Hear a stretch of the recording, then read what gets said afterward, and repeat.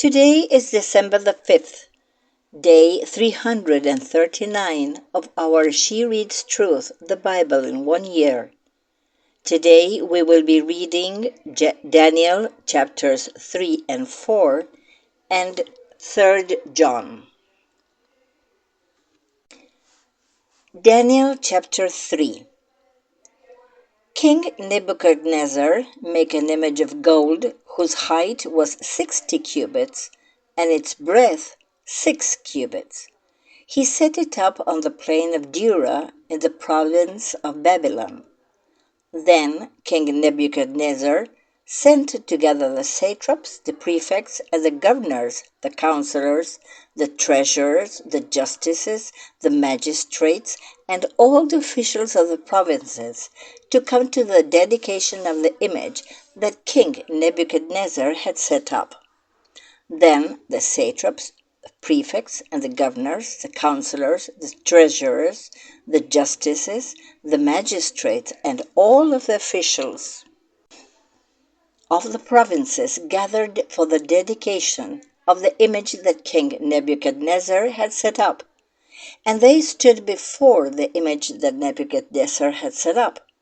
And the herald proclaimed aloud, "You are commanded, O peoples, nations, and languages, that when you hear the sound of the horn, pipe, lyre, trigon, harp, bagpipe, and every kind of music, you are to fall down and worship the golden image that King Nebuchadnezzar has set up. And whoever does not fall down and worship shall immediately be cast into a burning fiery furnace." Pipe, lyre, trigon, harp, bagpipe, and every kind of music, all the peoples, nations, and languages fell down and worshipped the golden image that King Nebuchadnezzar had set up. Therefore, at that time, certain Chaldeans came forward and maliciously accused the Jews. They declared to King Nebuchadnezzar, "O king, live forever. You, O king, have made a decree that every man who hears the sound of the horn, pipe, lyre, trigon, harp, bagpipe, and every kind of music shall fall down and worship the golden image. And whoever does not fall down and worship shall be cast into a burning fiery furnace. There are certain Jews whom you have appointed over the affairs of the province of Babylon, Shadrach, Meshach, and Abednego. These men, O king, pay no attention to you. They do not serve your gods or worship the golden image that you have set up." Then Nebuchadnezzar, in furious rage, commanded that Shadrach, Meshach, and Abednego be brought. So they brought these men before the king. Nebuchadnezzar answered and said to them, "Is it true, O Shadrach, Meshach, and Abednego, that you do not serve my gods or worship the golden image that I have set up? Now, if you are ready when you hear the sound of the horn, pipe, lyre, trigon, harp, bagpipe, and every kind of music, to fall down and worship the image that I have made, well and good. But if you do not worship, you shall immediately be cast into a burning fiery furnace. And who is a God who will deliver you out of my hands?" Shadrach, Meshach, and Abednego answered and said to the king, "O Nebuchadnezzar, we have no need to answer you in this matter. If this be so, our God, whom we serve, is able to deliver us from the burning fiery furnace, and he will deliver us out of your hand, O king. But if not, be it known to you, O king, that we will not serve your gods or worship the golden image that you have set up." Then Nebuchadnezzar was filled with fury, and the expression of his face was changed against Shadrach, Meshach, and Abednego. He ordered the furnace heated 7 times more than it was usually heated. And he ordered some of the mighty men of his army to bind Shadrach, Meshach, and Abednego, and to cast them into the burning fiery furnace. Then these men were bound in their cloaks, their tunics, their hats, and their other garments, and they were thrown into the burning fiery furnace. Because the king's order was urgent and the furnace overheated, the flame of the fire killed those men who took up Shadrach, Meshach, and Abednego. And these 3 men, Shadrach, Meshach, and Abednego, fell bound into the burning fiery furnace. Then King Nebuchadnezzar was astonished and rose up in haste. He declared to his counselors, "Did we not cast 3 men bound into the fire?" They answered and said to the king, "True, O king." He answered and said, "But I see 4 men unbound walking in the midst of the fire, and they are not hurt, and the appearance of the 4th is like a son of the gods." Then Nebuchadnezzar came to the door of the burning fiery furnace. He declared, "Shadrach, Meshach, and Abednego, servants of the Most High God, come out and come here." Then Shadrach, Meshach, and Abednego came out from the fire. And the satraps, the prefects, the governors, and the king's counselors gathered together and saw that the fire had not had any power over the bodies of those men. The hair of their heads was not singed, their cloaks were not harmed, and no smell of fire had come upon them. Nebuchadnezzar answered and said, "Blessed be the God of Shadrach, Meshach, and Abednego, who has sent his angel and delivered his servants who trusted in him, and set aside the king's command, and yielded up their bodies rather than serve and worship any god except their own God. Therefore I make a decree. Any people, nation, or language that speaks anything against the God of Shadrach, Meshach, and Abednego shall be torn limb from limb, and their houses laid in ruins, for there is no other God who is able to rescue in this way." Then the king promoted Shadrach, Meshach, and Abednego in the province of Babylon.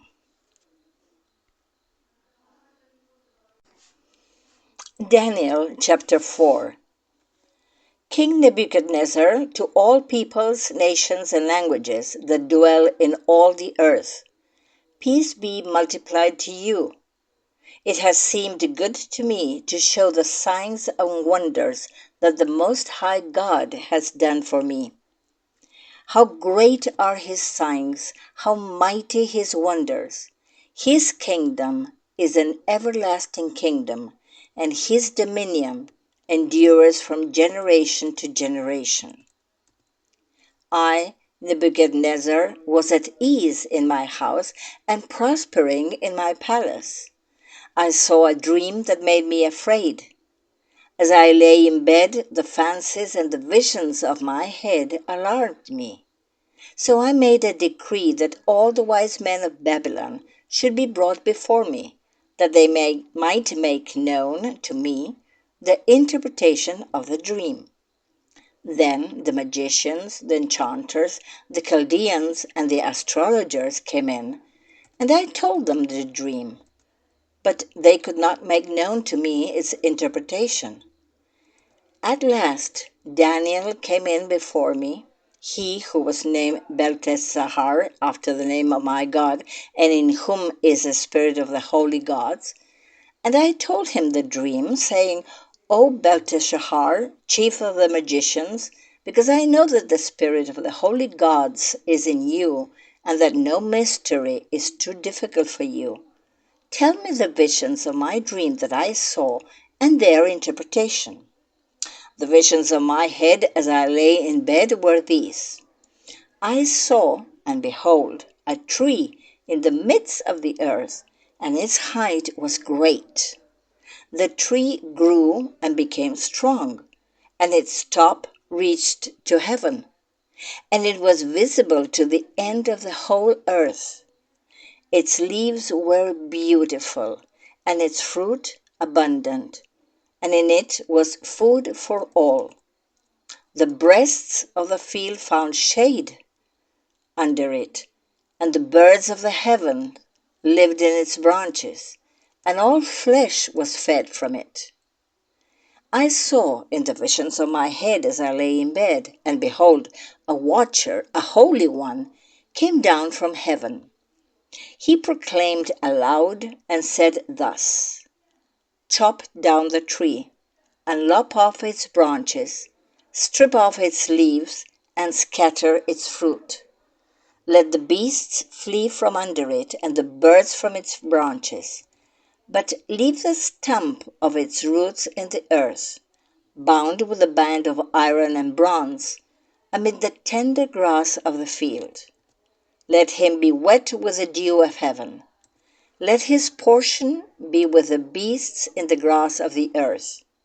Let his mind be changed from a man's, and let a beast's mind be given to him. And let 7 periods of time pass over him. The sentence is by the decree of the watchers, the decision by the word of the holy ones, to the end that the living may know that the Most High rules the kingdom of men, and gives it to whom he will, and sets it over the lowliest of men. This dream I, King Nebuchadnezzar, saw, and you, O Belteshazzar, tell me the interpretation, because all the wise men of my kingdom are not able to make known to me the interpretation, but you are able, for the spirit of the holy gods is in you." Then Daniel, whose name was Belteshazzar, was dismayed for a while, and his thoughts alarmed him. The king answered and said, "Belteshazzar, let not the dream or the interpretation alarm you." Belteshazzar answered and said, "My lord, may the dream be for those who hate you, and its interpretation for your enemies. The tree you saw, which grew and became strong, so that its top reached to heaven, and it was visible to the end of the whole earth, whose leaves were beautiful and its fruit abundant, and in which was food for all, under which beasts of the field found shade, and in whose branches the birds of the heavens lived. It is you, O king, who have grown and become strong. Your greatness has grown and reaches to heaven, and your dominion to the end of the earth. And because the king saw a watcher, a holy one, coming down from heaven and saying, "Chop down the tree and destroy it, but leave the stump of its root in the earth, bound with a band of iron and bronze, in the tender grass of the field, and let him be wet with the dew of heaven, and let his portion be with the beasts of the field, till 7 periods of time pass over him." This is the interpretation, O king. It is a decree of the Most High, which has come upon my lord the king, that you shall be driven from among men, and your dwelling shall be with the beasts of the field. You shall be made to eat grass like an ox, and you shall be wet with the dew of heaven. And 7 periods of time shall pass over you, till you know that the Most High rules the kingdom of men and gives it to whom he will. And as it was commanded to leave the stump of the roots of the tree, your kingdom shall be confirmed for you from the time that you know that heaven rules. And therefore, O king, let my counsel be acceptable to you. Break off your sins by practicing righteousness, and your iniquities by showing mercy to the oppressed, that there may perhaps be a lengthening of your prosperity. All this came upon King Nebuchadnezzar. At the end of 12 months, he was walking on the roof of the royal palace of Babylon, and the king answered and said, "Is not this great Babylon, which I have built by my mighty power, as a royal residence and for the glory of my majesty?" While the words were still in the king's mouth, there fell a voice from heaven. "O King Nebuchadnezzar, to you it is spoken.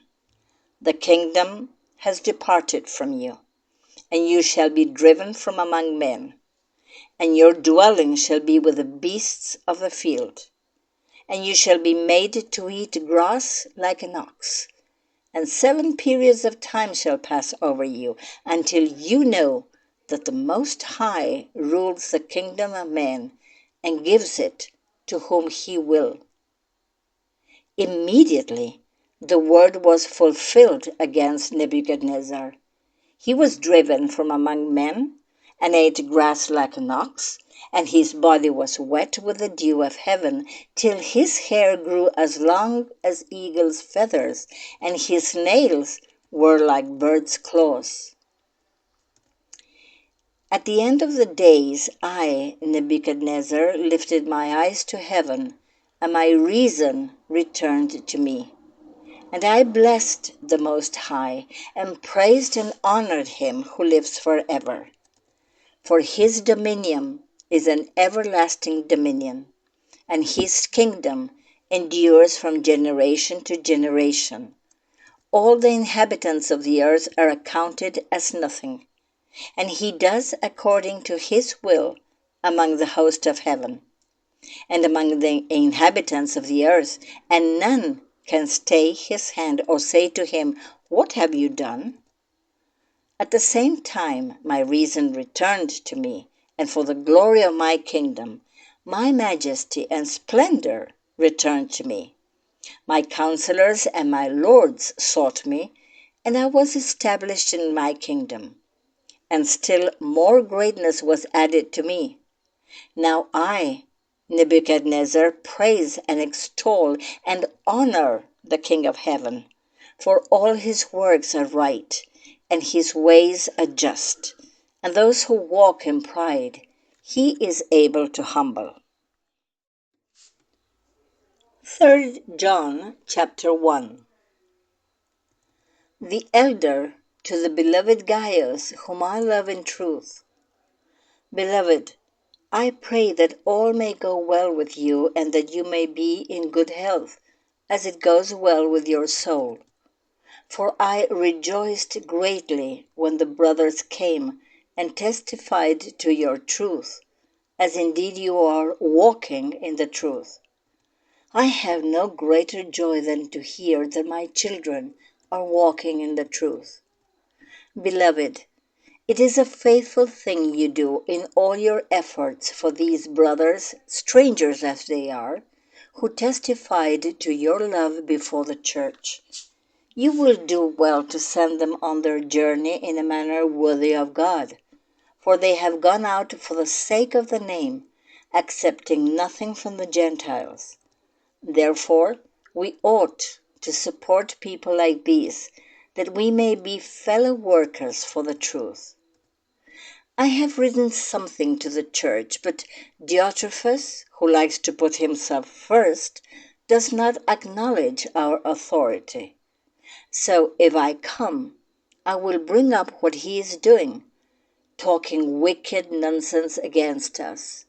And not content with that, he refuses to welcome the brothers and also stops those who want to and puts them out of the church. Beloved, do not imitate evil, but imitate good. Whoever does good is from God. Whoever does evil has not seen God. Demetrius has received a good testimony from everyone and from the truth itself. We also add our testimony, and you know that our testimony is true. I had much to write to you, but I would rather not write with pen and ink. I hope to see you soon, and we will talk face to face. Peace be with you. The friends greet you. Greet the friends, each by name.